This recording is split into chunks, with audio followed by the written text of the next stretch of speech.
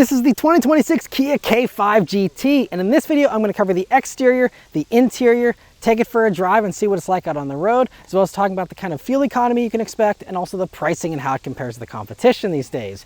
And also huge thanks to #1 Cochrane Kia of Robinson for providing me here with this vehicle to review for you guys today. And so as far as the 2026 K5 GT, well, 2025 was the year that got a bunch of changes. We have restyled front end, restyled back end, restyled interior, and I'll cover some of those in case you missed that for 2025. For 2026 here, the GT in particular only gets one change, and that is that they removed the GT labeling from the brake calipers supposedly. But this 2026, I've confirmed it's a 2026, still has that. So I'm not sure why the Kia media site says it removed that, because it's still here. Otherwise, for the GT line version, the non-turbocharged version of these, those get a new red interior option here and also some new wheels for 2026. But anyway, as far as the actual GT, getting back to the styling changes here we got in 2025. So we had this really more expressive front end here that I think is really cool. It builds upon what we had previously before the 2025s, but just kind of makes it a little more expressive with those headlights that now have more of a zigzag that extends into the bodywork there. We have a very aggressive grille here still on the GT versions especially, and I love that it's all gloss black. It looks really cool. And then coming down to the sides, it's all mostly the same there, but I do still love the way they do the roof line and how that blends into the trunk lid there. And for 2025, it also got a restyled trunk lid and also restyled taillights, rear bumpers. You can see you still have the full width taillights there, but again, that also extends further into the bodywork, just makes it more expressive and just, you know, I think nicely freshens up what was already still a very good looking car here. And so the GT version, of course, you have the more pronounced exhaust tips there and the sportier flare. We also have, of course, unique 19-inch wheels here on these that look great. And overall, I just think that the K5 in general just still looks really cool and really stands out from some of the more bland offerings in this segment. The interior of the 2026 K5 GT gets no changes. So all the same here. Again, GT line gets a red interior option for 2026. Regular GTs all the same, but this is also a pretty rare look at a lower non-GT1 package of the GT. So there's this more stripped down version for about $35,000, and then there's the GT1 package, which gives you all the luxuries for about $39,000. So this is a 35 grand car, and it's still very, very nice in here. So we got a bunch of new stuff for 2025 with this curved display, the new HVAC controls, and a few other little things here. But anyway, first thing, sitting down in these seats, you have these really nice leatherette seats here, regardless of whether you go for the GT1 package or not. And I love the lime green stitching you have there on them. And I also love that they're perforated, even though there are no ventilated seats here in this one. You can get ventilated in GT1. That is one distinction of this over a Sonata N-Line. Sonata N-Line does not give you ventilated seats no matter how much you pay. There's no extra upgrade package for those. So this is going to be the more luxurious one of the two, even though, you know, again, they're very similar mechanically. This is going to be the one if you want to have all the luxury features. But it's also nice that this undercuts the Sonata N-Line for this lower trim if you don't need all the extra features that come on the Sonata or on that GT1 package. But anyway, yeah, just really great seats. They have a good amount of support, and because they're perforated, they do breathe pretty nicely, even though they aren't ventilated. They are heated seats though still, which is great. And just great bolstering and just really cool seats. The steering wheel here is a really nice wheel. I love the flat bottom. I love the little bit of metal you have here on it, and it's a really attractive wheel. Just a few buttons on it here, and I think that's also nice and well arranged so that it's not overwhelming with the amount of buttons or anything. It's really great. It has a great 9-3 grip, nice little 10-2 notches, and nice little metal paddle shifters here on the back of the wheel as well, which is a great touch. And it's also important to note that the steering wheel is not heated here in the base version. The heated steering wheel comes with that GT1 package. And then moving on to the gauges here. So this one, again, because it's the lower trim, means you don't have the full screen for the gauge display. Now you can see there's still fully digital gauges here. It's just that the little color portion that changes is just the little middle sliver there, like you're familiar with from other Kias in the past. But I mean, they're still digital. They still look great. They just don't have the customization you get with the upgraded cluster, which you get in the GT1, which is a full 12.3-inch display for that one. And that when you change the drive modes will change the view of the gauges and, you know, make things a little bit different for the fonts and the style. And so that's, you know, nice. again, if you want to pay $39, go for it, but I don't think it's a must-have, and these are still completely fine gauges, and just does all the basic stuff there in the middle like you're used to from other Kias in the past. Now, coming over to the middle of the dashboard here, one thing that is standard, thankfully, is the 12.3-inch touchscreen, which thankfully here for 2025, it got wireless Apple CarPlay and wireless Android Auto with this new software that it's now running, and it's a really great screen. My only little complaint with it is that whenever you are listening to the radio, there's no way to see anything other than album art or radio station unless you go into the radio submenu and then click in the bottom corner there. There's a screen you can click on that dominates the entire display, and then that will show you song title and artist. But that's the only way to see song title and artist. I don't love that because I often like knowing what's playing, and album art doesn't help me. Album art looks nice, you know, on the home screen there, it's very attractive, but, you know, it's just something that I wish they changed that one little thing. But otherwise, you know, again, having the wireless Apple CarPlay, wireless Android Auto is great, and all the other stuff is nice and simple with the arrangement of it there. And also, this screen is paired up to a 6-speaker stereo as standard here. That's what this one has. Now, you can get a 12-speaker Bose. That's part of that GT1 package as well. But this 6-speaker stereo, I mean, just listening to satellite radio, it sounds completely fine. I'm sure the Bose is much better. You know, Hyundai and Kia do really good Bose stereo. So if you really like music, probably worth, you know, upgrading to if all the other stuff in that package is worth it to you. But, you know, this is also a completely fine stereo if you're looking to save some money. Now, coming down beneath that, you have this new HVAC and volume and tuning knob control combo here.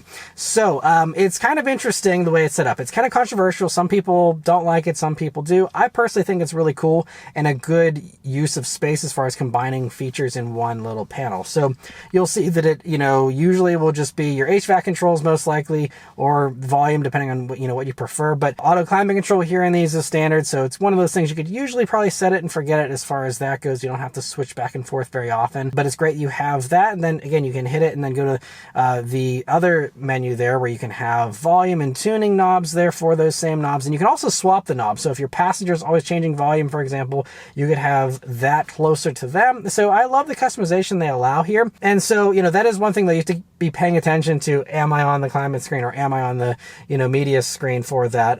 You know, but aside from that, you know, little mental task, you know, it's not bad at all. And I think it's a pretty cool little setup there. And also, I just have to say, I appreciate that we still have knobs. You know, that's something that's getting more rare in the car industry. And then coming down here, you have a nice large cubby with 2 USB-C jacks and a regular power outlet. And you also have a Qi wireless charging pad. And Hyundai and Kia do some of the best wireless charging pads in the industry because it's a little bit of a raised surface there you can see.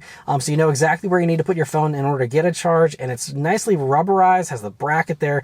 It results in a wireless charging experience that's much better than most others, and actually does reliable wireless charging there, and does it pretty quickly too. It's one of the higher powered Qi chargers, so really love that. Also in this area, you'll see larger cup holders they added for 2025. You still have a regular physical shifter, which is cool, and also another distinction from Sonata, which has gone to a column mounted shifter. So I love that. And then your little drive mode selector here. You also have a little cubby behind that, and also a center armrest that does have some nice padding to it. And you open that up and you will see a nice big cubby, as well as another USB-C jack in there. The only other thing I will say is that you do have hard plastic down by your knees here. I don't love that. That is something where I think, you know, Sonata is a little plusher feeling, as is the Honda Accord, but you know, not a huge deal there, because again, not everyone does that in this segment. But now moving on to the back seat here in the K5, that's all the same. They haven't changed that in the past several years, so nothing new there. But I'm 5'9", me sitting behind myself. I have a couple inches of legroom to spare, plenty of space there, good amount of headroom as well. And they also here, even again in the base version of the K5 GT, still have this panoramic roof you can look out of, and it does open up, as well as just being a nice big piece of glass too. And they also have their air vents in the rear there as standard too. That's something lower trims of the K5 don't often get, so it's great you have that here in the GT. And they also have their USB-C jacks there, and pockets in those doors as well. Trunk space in the K5 is all the same again, and I don't think it's the largest in this segment, but it's still a really nice wide opening, nice and long space. And beneath the floor, you still do have a spare tire, which is also appreciated, something that also is a little more rare these days. So it's great that you have all that. But let's start up and go for a drive. The K5 here has Kia's newer key, which is a really cool key. It has a few buttons there on it. And I love the kind of like trigger switch there you have on the top. And just a really cool key with a satin kind of finish in the metal. And one of the nicer keys in the mainstream segment, I'd say. But of course it is keyless access, keyless entry, and push button start as standard in all these, by the way, which is great. So you just leave the key in your pocket, hit the engine start button here, and it starts right up. All right, so setting off here in the K5 GT. So the first thing you notice about it, I think the first thing I notice is the excellent visibility you have here in all these K5s. You have a really thin A-pillar, one of the thinnest in this segment, and just excellent forward visibility as a result. I really love that. View out of the back is also great. Nice large rear window there, and it's also pretty quiet in here. You get laminated front glass on everything except the base version of the K5, so these GTs all get that. And yeah, that combined with what is still a very nice smooth ride, even though this is a sport tuned suspension on the GTs. No complaints whatsoever. I think it's very nice. Might not be the softest in this segment, but again, it's sportier, and so as a result, you know, you expect a little bit of a sharper ride here. But I really like it. I had no complaints, and you know, the suspension is the same as it was, I believe, many years ago. Whenever I spent a full week with one of these, today I only have a couple of hours to drive this one, but it's all really good. Another thing that I really love is the dual clutch automatic here. So 8-speed dual clutch here from Hyundai and Kia. You know, there's been some people that have had complaints about it, but in these sporty applications, I think it's actually pretty well done.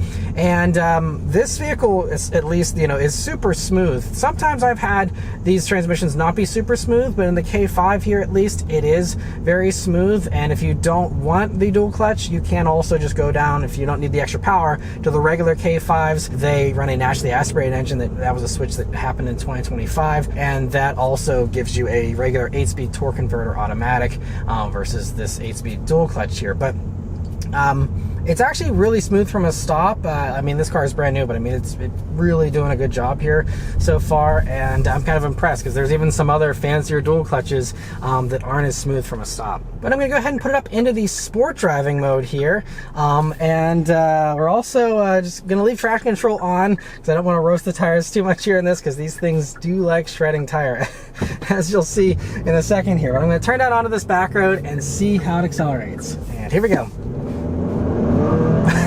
There, see, yeah, traction control had to kick in. But man, this thing, it pulls really nicely. And it sounds pretty good doing it as well. So we have a 2.5-liter turbocharged 4-cylinder engine here in the GT version of the K5. It does 290 horsepower, 311 pound-feet of torque. We're going straight into some nice tight corners as well here. And handling is also very good. You have multi-link independent rear suspension. And you got a vehicle that's actually still pretty light, about 3,600 pounds for these, but you might have heard the tires there. The tires are a little bit of a weak link in this vehicle. And so we have Pirelli P0 all-season tires here. A little bit of a sportier flair to them, but they just don't put down power super well. I mean, it's nice that they're all seasons, but there's no summer tire option for these. So if you do want to have better grip and put down power better, I would recommend, you know, allotting an extra $1,000 or so to upgrade the tires, because even some other sportier all seasons seem to grip better than these Pirellis do. But you know, if you don't care about that, or you enjoy the antics of the wheel spin, which I personally think it adds drama, you know, obviously maybe it gets frustrating over time if you're, you know, really trying to accelerate quickly or tear up a back road, but you know, I think it's kind of fun to have the wheel spin. And you know, especially I had a Sonata N-Line in winter time, and that thing was just a burnout machine, especially in colder temperatures. So if you're someone who enjoys that, you know, this is almost like the front wheel drive equivalent of like a Dodge Charger Scat Pack back before they went electric. You know, it's just same kind of vibe where it just, you know, loves to just have that sharp throttle response that really just wants to, you know, roast those tires, especially here again in that sport mode.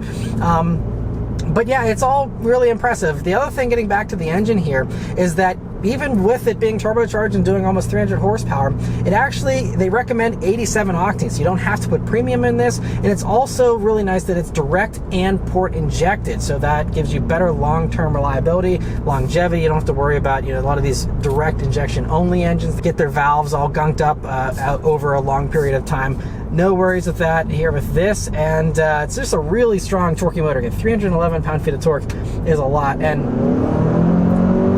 the dual clutch is also very nice and responsive with kicking down really quickly. We'll go ahead and try out some manual mode shifts here, see how that does.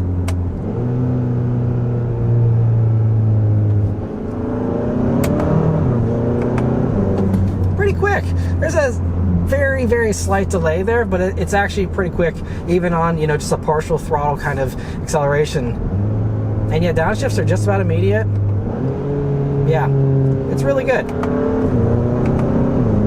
A little bit of a delay though. I would like to see slightly faster upshifts, but you know, I'm not gonna nitpick, because again, this is still a very affordable car, coming in at $35,000. To have almost 300 horsepower, this much punch is really, really cool. Now, the only thing is, you know, we don't have a limited slip differential, so that's why it's really depending on that traction control to try and limit that wheel spin and put the power down as best as it possibly can. But, you know, there's some limits there, and I'd love to see them, you know, put in the limited slip diff that we see in the Elantra N. I think that would be a really nice improvement. Maybe someday they'll go a little more hardcore with this, but, you know, it's still completely fine. It's something also Sonata N-Line struggles with. There's no assistance there. So if you really want, you know, the most impressive thing as far as, you know, acceleration and performance and all that, you're probably going to want to go for that Elantra N if you're okay with a slightly smaller vehicle. And one more acceleration here, going up a hill this time. It like instantly gets to a point where it's like, all right, we got to cut back on the power, but yeah, this thing, man, it's punchy. It really is nice and punchy too. And I'm just so happy that we have something fast in this midsize sedan segment, because everyone else has really dropped out aside from Hyundai. You know, the Camry TRD is long gone. Same thing goes for any kind of punchy Honda Accord. You know, this is really it. This and the Sonata. And again, if you want something that's fully loaded, as well as giving you all that power, this is the last one standing.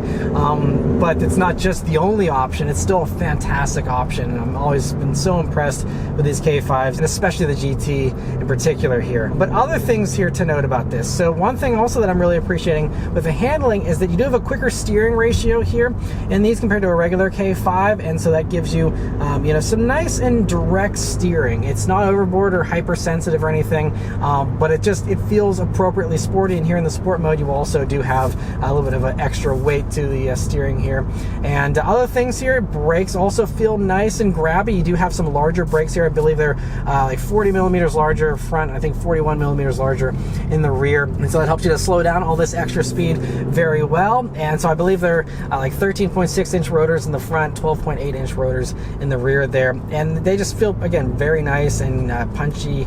As far as the second you start leaning on them, they give you some nice bite, but not so much that it's hard to be smooth with either. There's still, you know, a little bit of forgiveness there, so it's not, you know, putting your teeth into the steering wheel every time, you know, you hit the brakes. It's really, you know, nicely calibrated.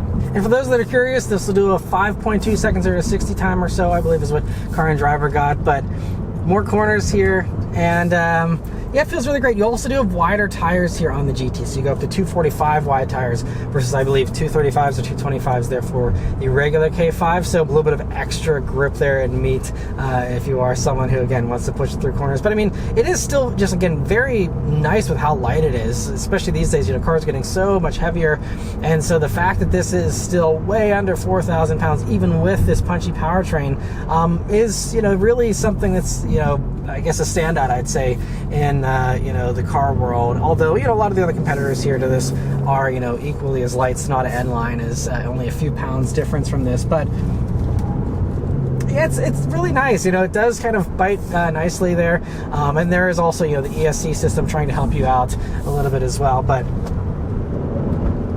yeah, it's completely fine. I mean, obviously, you know, this is not, you know, some sports car or anything, but for, you know, comfy cruiser that also happens to, you know, enjoy back roads, I think it's, you know, really well done. And again, the only thing I'm finding is, again, the grip is the little bit that's lacking there. And again, tires, just a better tire upgrade would make a world of difference, I think. But now I've put it back into the normal mode and just kind of calming down and chilling. You know, it still is just really nice as far as just regular daily driving as well, whenever you aren't trying to go quickly.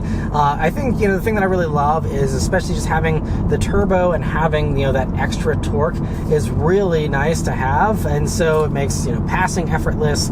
It makes just all the driving you do just a little bit more effortless there. But I'm sure, you know, again, the regular 191 horsepower naturally aspirated engine will be just fine, especially if you don't need to go super fast in a straight line. You know, that's still going to be great. And it's also nice they went to that naturally aspirated aspirated engine. The 1.6 liter turbo, was a nice option as well, having that turbo, perk again of the low end torque.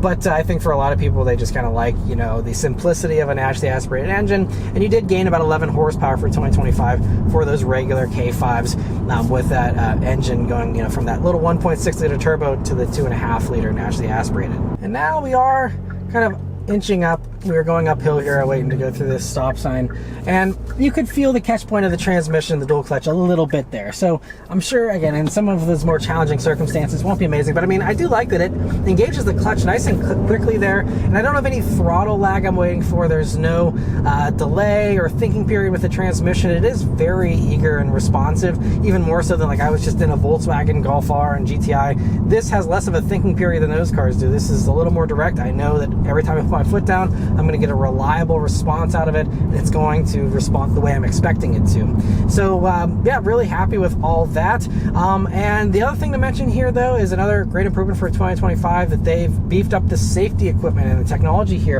in this. And so it already had a bunch of the really important stuff as standard, but for 2025 they also added front and rear park sensors as standard equipment. Now you still do have to pay a little bit extra if you go for that higher tech package. That's going to be the way you get like side sensors, and also you get a blind view monitor and the 360 camera, which is also nice because not everyone in this segment offers a 360 camera, including the Sonata. So the fact you can have a 360 camera in this for those tight parking maneuvers and stuff is really nice. Again, that's in that GT1 package, but as far as everything that comes standard, you get adaptive cruise control with stop and go as standard. You get lane keep assist, lane follow assist. You get blind spot monitoring with rear cross traffic alert, automatic emergency braking, basically everything that you could want. The only distinction is, I guess, the GT1 package gives you highway drive assist, which kind of combines the lane keep assist with the adaptive cruise a little bit more of an advanced fashion for that. But I mean, you still have lane keep assist and lane follow assist as standard.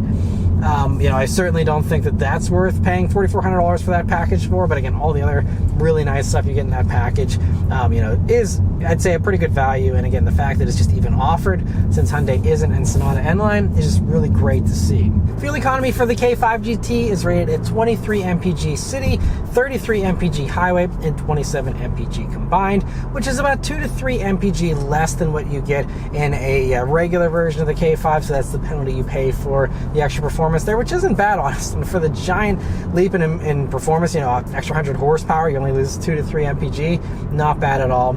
And these engines, I think, also can be a little bit more overperforming if you take it easy, of course, with that turbo and all that, but they could also be more thirsty if you do use that turbo a whole lot. So it comes down to how you drive, but at least it's only 87 octane. One other really cool differentiation here for the K5 is that it does offer all-wheel drive. Not on the GT, unfortunately. It's only actually on the GT line with, again, that naturally aspirated motor. That's where you'll get the all-wheel drive option there. But it's really great that they offer that, because the only other ones that offer it these days are Altima and then Camry, once Legacy is gone, because Subaru Legacy's being discontinued here this year. And so once that's out, then again, this is one of 3 remaining, and Altima's probably living on borrowed time too. So it's really this and Camry long term, and so it's really great that they've offered that, and again, something that you can't get in Sonata. But the last thing to really mention here, though, is the pricing and how it compares to its one main competitor here these days. So let's get into that. So the regular K5 starts at $28,585,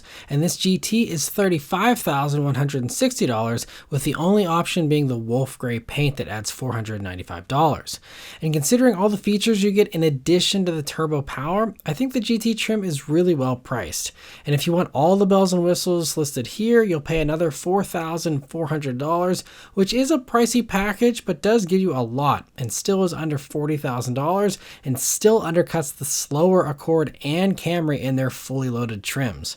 If you're interested in this K5 or any Kia and you're in the greater Pittsburgh area, definitely check out Number 1 Cochrane, where this vehicle is currently for sale. They're great people and would be happy to help you out.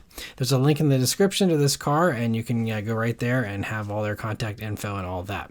And no matter where you are, if you're looking for the best price possible on a K5 or any vehicle, you're definitely going to want to head over to mattmoranmotoring.com. There you'll get access to dealer invoice pricing when you go to that new car quotes page, as well as getting connected to a dealer that's local to you, so you can check out the K5 for yourself and see what you think about it. There's also a link in the description, as well as one in a pinned comment, to take you straight to that site to get you all that info. Now, as far as how the K5 GT compares to its last competitor, the Hyundai Sonata N-Line, like I mentioned earlier, they're on the same platform and use the same powertrain, so the only differences are the styling inside and out and the equipment they offer.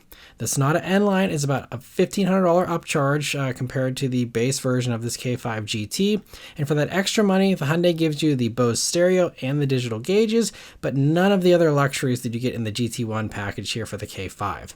That means if you want a highly sought after list of features like, heated steering wheel, cooled seats, memory seats, those kinds of things that a lot of people usually want, Hyundai can't help you, and you'll have to go for the K5 with that GT1 package. If you do just want the stereo and the gauges though, the Hyundai is a nice way to save some money over the loaded K5 GT for sure.